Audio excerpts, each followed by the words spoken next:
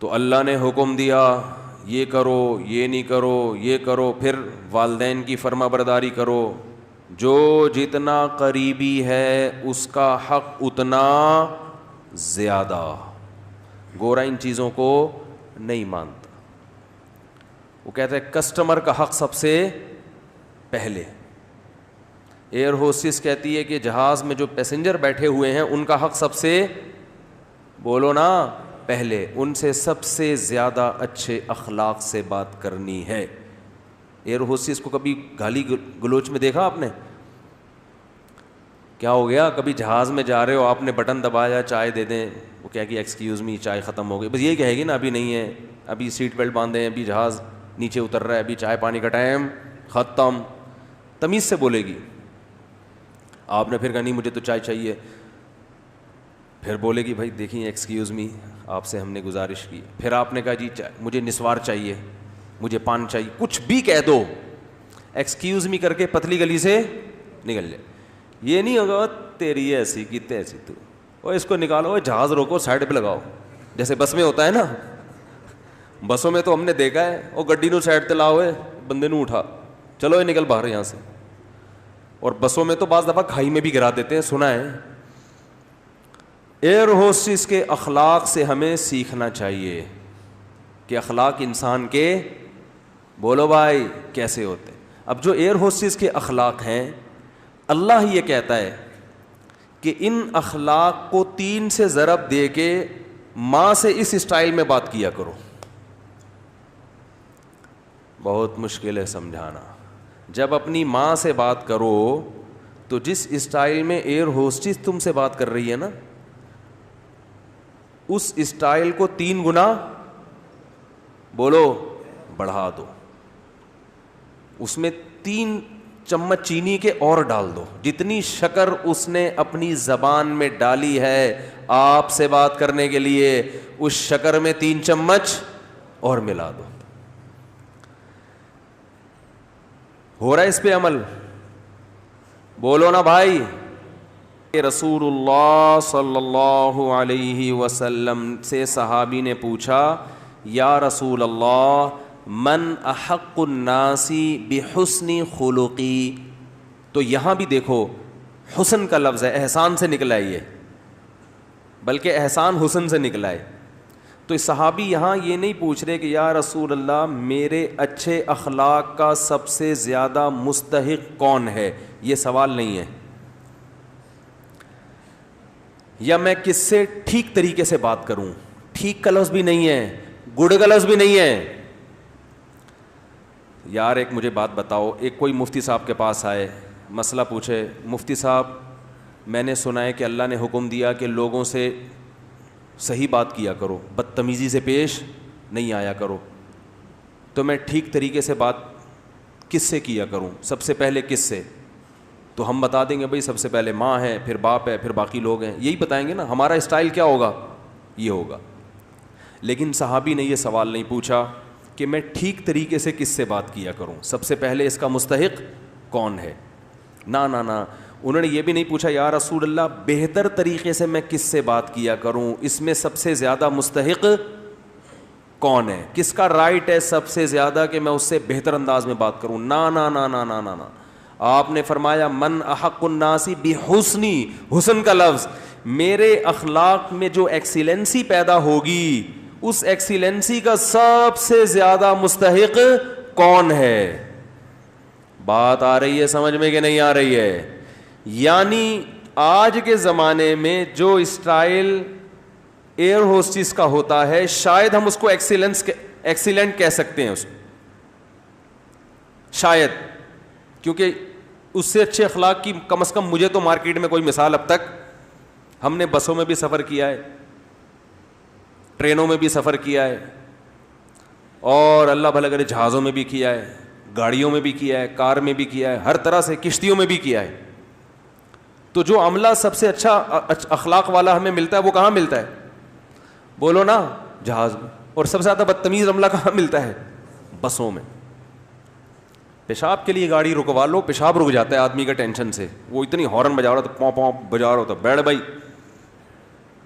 نماز کے لیے رکوا لو، سب ایک جیسے نہیں ہوتے. نماز کے لیے بعض دفعہ روکنا مشکل ہو جاتا ہے, نماز ہی نہیں پڑھنے دے رہے ہوتے. تو پھر اپنی عزت اسی میں ہے کہ آپ ڈرائیور سے تمیز سے بات کریں. W11 میں سفر کرو, کنڈکٹر کو دیکھا ایکسکیوز می پلیز تھوڑا سا کرایہ دے دیں آپ. کبھی دیکھا آپ نے کنڈکٹر کو W11 میں؟ ہے بھائی, گھسیڑتا رہے گا بندے. اخلاق دیکھو, جگہ نہیں ہے بھائی, پاؤں بس پوری یوں ہوئی ہوئی ہے, اس کی الائنمنٹ کی ایسی کی, میں نے کہا نا کام کا بیڑا غرق, ایک کام کا طریقہ یہ بھی ہوتا ہے, بس کا بیڑا غرق کر دیا. وہ یوں جھکی ہوئی ہے پوری ادھر کو, آدھی پبلک چھت پہ بیٹھی ہوئی لٹک رہے ہیں, کھڑکیوں سے بندے گر رہے ہیں, مگر کنڈکٹر گھسے گا, ایک سے بھی ایکسکیوز, اتنی ٹینشن دے کے بھی ایکسکیوز نہیں کرتا. حالانکہ تمہیں تو 2 رکعت نفل توبہ کے پڑھنے چاہیے لانڈھی پہنچنے کے بعد نا. تمہیں تو یا اللہ میں نے جو مسافروں کو جو غم دیا, میں نے جو دکھ دیا, میں اس پہ تجھ سے معافی مانگتا ہوں. کیسے دھکا دے رہا ہوگا, اور بھائی ادھر سے, اور حیرت کی بات ہے ادھر سے گھستا ہے اور اگلے گیٹ سے نکل آتا ہے, جگہ ہے نہیں, سب سے کرایہ لے, اس کی جیب کبھی نہیں کٹتی, سب کی کٹ جاتی ہے حالانکہ سب سے زیادہ پیسے اس کے پاس ہوتے ہیں. تو بزنس, یہ جیب کتروں کا بزنس بھی سائڈ میں چل رہا ہے ان کا, اس پہ بھی کمیشن. سب کی بات نہیں جو میرا بیان سن رہے ہیں ان کے علاوہ. تو میری جہاں تک جو میں نے دیکھا ہے, سب سے اچھے اخلاق جہاز کے عملے کے ہوتے ہیں. تو ہم اس کو آج کے دور سے کہہ سکتے ہیں کہ وہ ایکسیلنٹ ہوتے ہیں. وہ الگ بات ہے وہ ان کی نیت کیا ہے, لیکن ظاہری لحاظ سے بہرحال بہت اچھے اخلاق ہوتے ہیں. تو اب ہم مثال, ہمارے پاس ایئر ہوسٹس کے علاوہ کوئی مارکیٹ میں اتنے اچھے اخلاق کی ملتی نہیں ہے سفر کے دوران. تو دنیا بھی ایک مسافر خانہ ہے. تو اب حدیث کا مطلب کیا ہوا, صحابی نے پوچھا یا رسول اللہ, میں اپنے اخلاق میں جو ایکسیلنسی پیدا کروں تو اس ایکسیلنسی کا سب سے زیادہ مستحق کون ہے, یعنی سب سے زیادہ میٹھے انداز سے بات میں کس سے کروں. آپ یوں بھی کہہ سکتے ہیں آج کی زبان میں, جب میں بات کسی سے کروں تو اس میں شکر گھولوں میں, تو سب سے زیادہ چینی اور سب سے زیادہ شکر کس سے بات کرتے ہوئے اپنے کلام میں گھولوں. بات آ رہی ہے سمجھ میں؟ آپ صلی اللہ علیہ وسلم نے فرمایا, امک, پوری کائنات میں سب سے میٹھے انداز سے اگر تم نے بات کرنی ہے تو سب سے زیادہ رائٹ یہ کس کا ہے, تمہاری, بولو نا, ماں کا.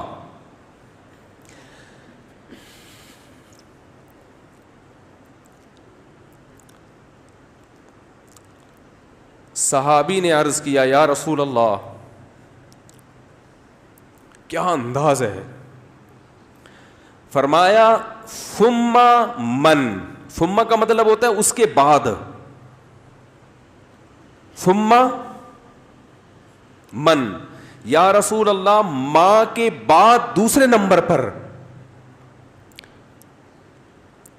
میٹھے انداز سے, اچھے انداز سے بات کرنا کس کا حق ہے کہ میں اس سے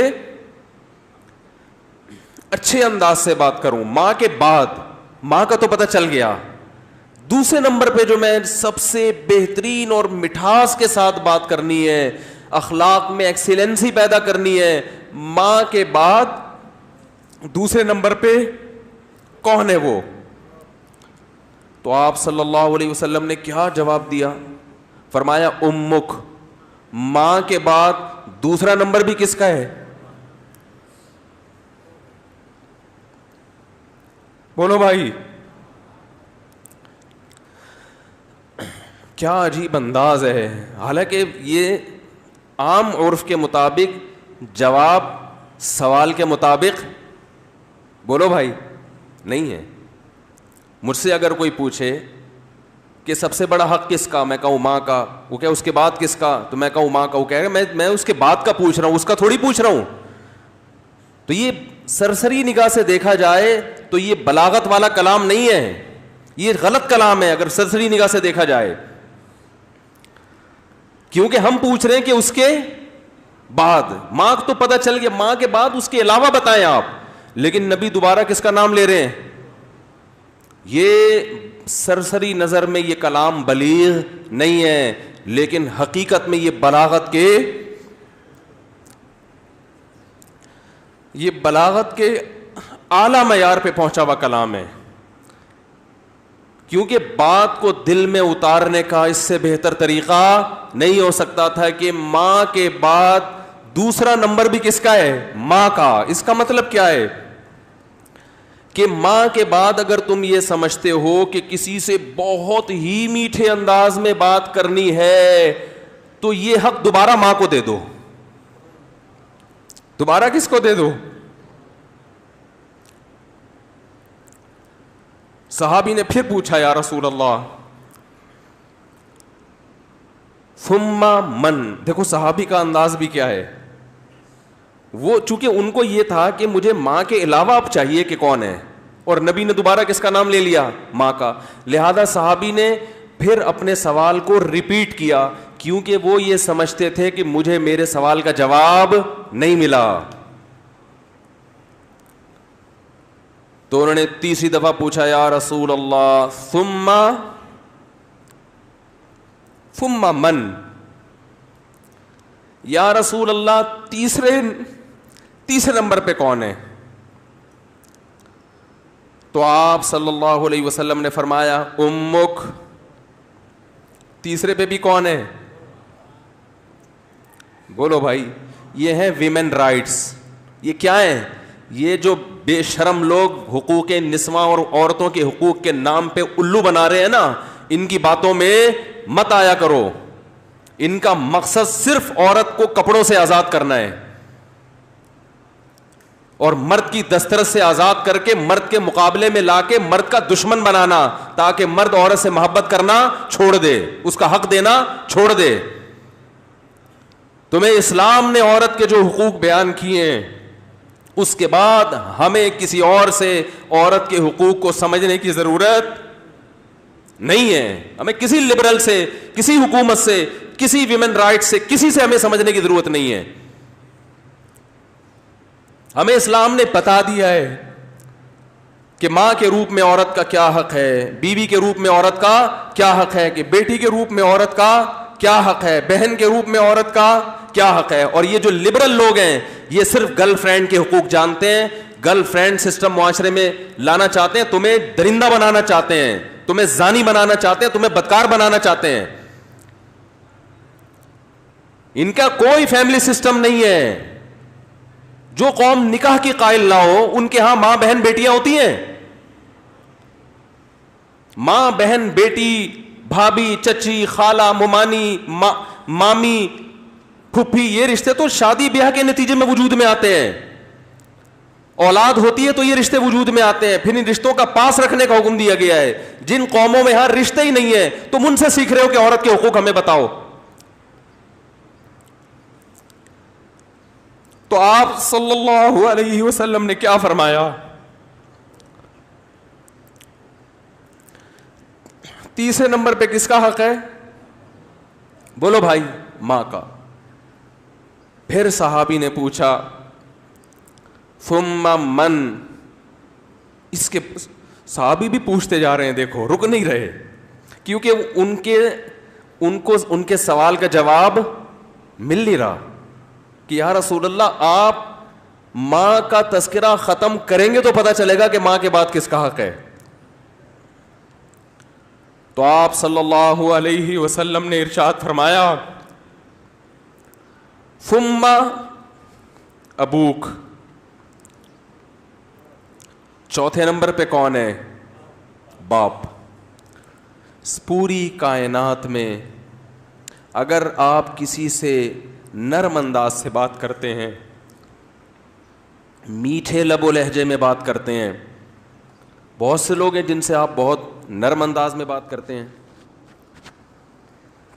اپنے باس سے آپ سر کہہ کے بات کرتے ہیں کہ نہیں کرتے؟ کبھی آپ نے دیکھا کہ اس نے تھوڑا سا سختی کی ہو, آپ نے آنکھیں ماتھے پہ رکھ لی ہوں؟ کبھی دیکھا آپ نے؟ ہے بھائی.